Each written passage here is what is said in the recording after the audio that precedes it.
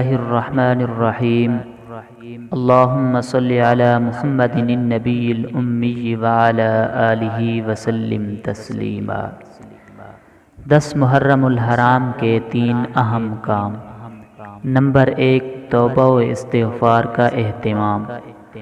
نبی اکرم صلی اللہ علیہ وسلم نے ارشاد فرمایا، محرم اللہ کا مہینہ ہے، اس میں ایک دن 10 محرم ایسا ہے جس میں اللہ نے ایک قوم بنی اسرائیل کی توبہ قبول فرمائی تھی، اور اس دن اللہ تعالی دوسری قوموں کی بھی توبہ قبول فرمائے گا۔ سنن الترمذی۔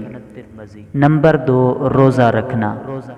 نبی اکرم صلی اللہ علیہ وسلم نے ارشاد فرمایا، میں اللہ سبحانہ و تعالی سے امید رکھتا ہوں کہ وہ یوم عاشوراء 10 محرم الحرام کے روزے کو گزشتہ سال کے گناہوں کا کفارہ بنا دے گا۔